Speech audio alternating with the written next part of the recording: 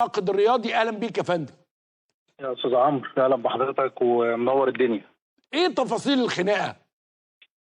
وبس خليني اعلق بس تعليق بسيط. هي القصه مش ان الناس حاسه تربص بالحكم او حاسه ان الحكم ضدها او الكلام ده كله. هو فن الاختيار يا استاذ عمرو.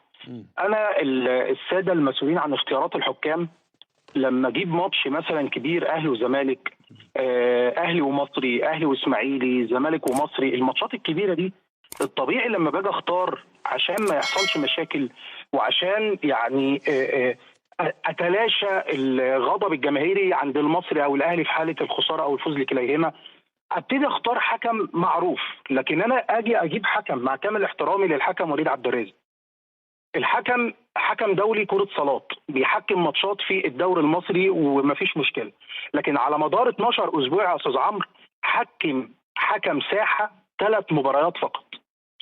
الماتش الكبير فيهم أو التقيل بلغة الكورة كان المصري والاتحاد. فأنا دلوقتي دي نقطة الناس في الأهلي اتكلموا فيها.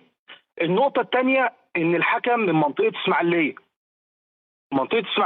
وأنت حضرتك راجل زملكاوي كبير وقطب إعلامي زملكاوي كبير. لا قبل ما تكمل هقول لحضرتك نقطة بس قبل ما تعرف مدى تعاطف لا لا لا لا لا لا لا لا لا خلاص بقى، يبقى انسى. انا مش بقول بقى لا أنا مش بقول لك بقى انت أنا كلامي. دخلت محمد، انا بكلمك في نقطة. انت دخلت في الموالسة. لا دخلت انت بنفسك يا استاذ عمرو بتقول يا استاذ احمد دياب ان الانديه كلها بتشتكي من التحكيم. ايوه، وفي مشاكل من التحكيم. يعني انت حضرتك بنفسك قلت الكلام ده مع الاستاذ احمد دياب. لا لا لا كده انت دخلت في مبدأ الموالسة، ان الحكم موالس. لا، الحكم ممكن ما يبقاش كفء، انما موالس دي صعبه كتيره. انك تقول لي اصل هو من الاسماعيليه ومتعاطف مع المصري.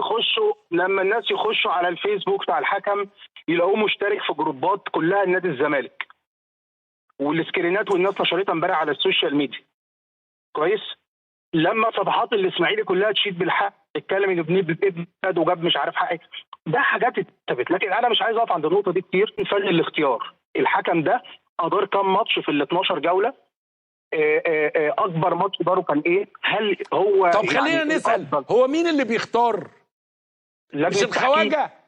لا، الخواجه الراجل على طول مسافر مش موجود. يعني مش الخواجه هو اللي له علاقه بالتحكيم؟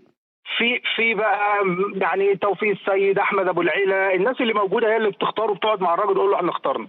بغض النظر نتخطى نقطه عمل. النقطه الثانيه اللي بتثير غضب الناس، يمكن انا النهارده كنت موجود في النادي الاهلي وموجود من اول اليوم.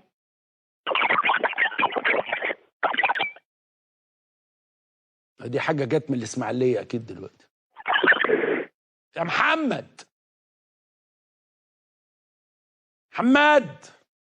معاك يا عمرو، اتفضل. كنت موجود في النادي الاهلي النهارده. بقول لحضرتك هل مثلا الناس بتتساءل هل قفشه خد 12 غرزه في فوق عينيه بالظبط؟ هل الجزاء امتى مثلا؟ لما يعني الراجل رقبته كلها تتقطع، لما محمد شريف الراجل يدوس على رجله ويهرسها قدام عين الحكم والمفروض في فار. يعني كلنا لما اللقطه اتعادت شفناها في الفار، فالحكم عبد العزيز السيد قدامه في الفار وقدامه 4 أو 5 متر مثلا في عربيه الفار، المفروض شاف اللقطه دي بعينيه. برضه ما حدش اتكلم. لا دي واحده. يعني انت بتقول لي بقى انه مش الحكم بس، ده الحكم والفار اللي فيهم مشكله.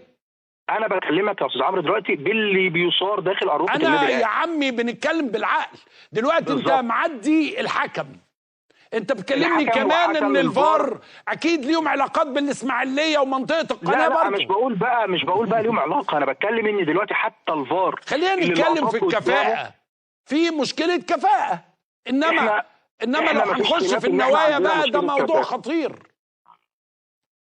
عارف انت لو اديتني فرصه يا عمرو اتكلم. اتفضل. يعني انا ببقى سعيد وانا موجود مع حضرتك، بس اديني بس فرصه اشرح لك او اقول لك الناس زعلانه من ايه، واحكي لك كمان قصه متولي واللي دار بين متولي والحكم وسبب زعل الاهلاويه من انذار متولي. فالناس شايفه ان كان في امبارح تحامل من الحكم حتى في الوقت الضايع. حضرتك بتتكلم في 50 ثانيه، الاهلي ما بيتكلمش في 50 ثانيه، الاهلي بيتكلم ان الراجل حكم 6 دقائق وقت ضايع ضاع منهم وقت للحارس المرمى واقع، ضاع منهم وقت في تغيير حسين السيد، ضاع منهم وقت في الانذار اللي خده كابتن سعفان الصغير. يعني على الاقل ضاع مثلا 3 دقائق من ال6 دقائق دول، مش قصه مش 50 ثانيه دي. طيب ده كان كلام هاتف الناقد الرياضي محمد أبو علي مع عمرو أديب الإعلامي الزملكاوي، وكشف فضايح بالجملة عن حكم مباراة الأهلي والمصري البورسعيدي.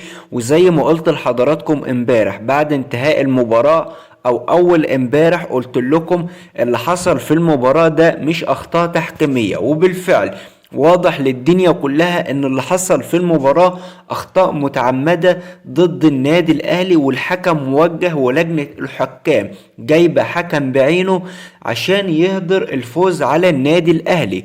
وهو ده اللي حصل فعلا، اختاروا حكم اول مرة يحكم مباراة للنادي الاهلي بيحطوه في مباراة صعبة، مباراة جماهيرية في شحن كبير جدا بين الاهلي والمصري، ودي معروفة على مدار تاريخهم.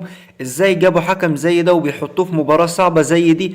انا مش عارف. وكمية اخطاء حصلت في المباراة غير مبررة بالمرة، لو خطأ او خطأين نقول دي اخطاء غير متعمدة، لكن من اللي انا شفته والناس اللي شاهدت المباراة بعد الاخطاء اللي حصلت في المباراة دي يا جماعة اخطاء متعمدة ومقصودة ضد النادي الاهلي بفعل فاعل.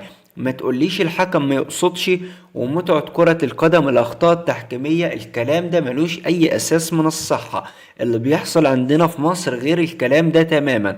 اللي بيحصل كل ما النادي الاهلي يوسع فارق النقاط مع نادي الزمالك او الزمالك يتعادل مباراة، لازم الاهلي يخسر او يتعادل المباراة اللي بعدها بفعل فاعل. يعني حتى لو مش بلعيبة النادي الاهلي بيبقى بفعل فاعل بسبب الحكام. الناس اللي شاهدت المباراة عارفة انا بتكلم على ايه. ركلة جزاء اولا للنادي الاهلي لمحمد شريف لم تحتسب، والموضوع عدى، والموضوع خلاص ايه، قلنا خلاص ما فيهاش حاجة. وفي طرد على لاعب النصر البورسعيدي في تدخله مع اللاعب محمد هاني ايضا عدت. وفي تدخل ايضا من حارس مرمى المصري ضد اللاعب محمد مجدي قفشة. انا ما شفتش المشهد ده قبل كده في ملعب كرة قدم، شفتها قبل كده في حلبة مصارعة، يعني في حلبة المصارعة كنت بشوف التدخلات دي. لكن بوكس يعني حارس مرمى المصري بوكس قوي لمحمد مجدي قفشة، شرخ له دماغه بالنص والدم سايل من كل حتة. والغريب والاغرب ان الفار لا قال للحكم تعالى شوف دي فيها احتمال ركلة جزاء، ولا الحكم نفسه. يعني المفروض انت كحكم تشوف بقى، انت يعني لقطة عدت عليك ما شفتش اللاعب جاب دم من ايه بالظبط، فمن المتوقع مثلا تعرف ايه مصدر الدم. طب ايه اللي خلى مجدي قفشة اتخبط؟ على الاقل تطلع تشوفها في الفار.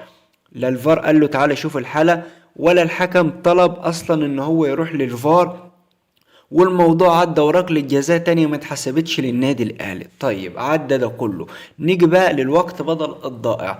الوقت بدل الضائع الحكم رفع 6 دقايق وقت بدل ضائع. حارس مرمى المصري وقع في الدقيقة 94. يعني انت رافع 6 دقايق وقع في الدقيقة اول الاربعة، يعني بعد نهاية الدقيقة 93 وقع، يعني قعد لك 3 دقايق في الوقت بدل الضايع. المفروض تنهي المباراة لو اللعب استأنف في 97، المفروض تنهي المباراة في الدقيقة 100.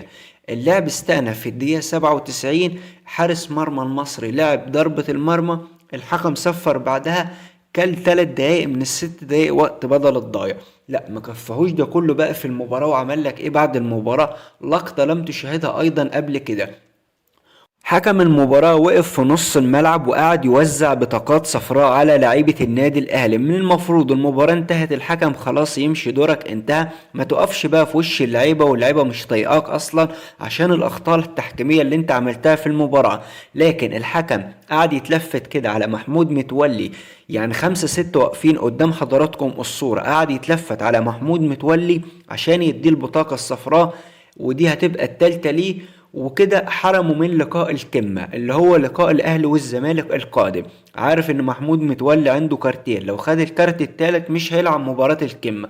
عطى الكارت التالت ده ما كفهوش كده، عطى الكابتن سيد عبد الحفيظ وحمدي فتحي ومارسيل كولر مدرب الاهلي وتقريبا الشناوي.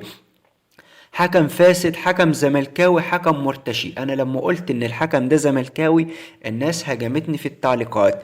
انا بقول لكم الحكم ده زملكاوي وموجه، واللي بعت الحكم ده مرتضى منصور رئيس نادي الزمالك، ملهاش اي تبرير غير كده تماما. حكم زملكاوي، حكم فاسد، حكم مرتشي، وعلى مجلس إدارة النادي الأهلي التدخل فورا لحل هذه الأزمة عشان يوقف الفساد اللي بيحصل ضد النادي الأهلي. دي مش أخطاء يا جماعة، ده كله ده فساد ضد